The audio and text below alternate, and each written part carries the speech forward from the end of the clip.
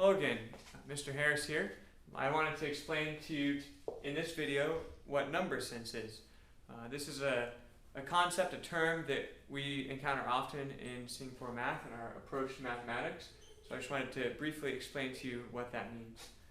As I mentioned in the first video, we could think of this as reading comprehension for numbers and math.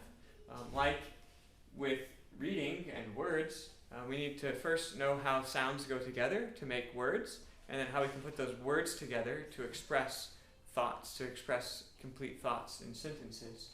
Right? And then how to put those sentences together to convey something more, to convey even more meaning.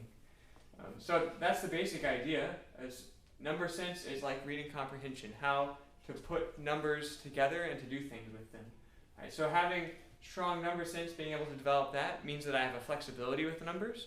I can take them apart, I can bind them in different ways, I can look at a problem, as I'll show in a moment, and break it down into simpler parts in order to solve it.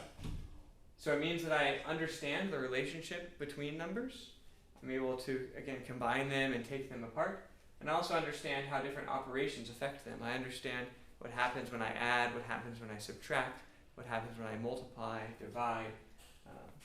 Right? So I have an understanding of that, and I'm able to be flexible when I encounter different problems. One of the beautiful things about number sense is as we develop our number sense, it gives us access to doing math in our head.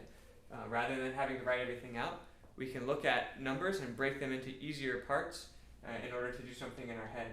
Right? And this is something that we strongly encourage students to do. Rather than saying you need to show every single step and you need to work everything out long form, we would rather them do what they can in their head. The key is that they need to be able to explain their reasoning. They need to be able to explain to someone else, here's what I did in my head.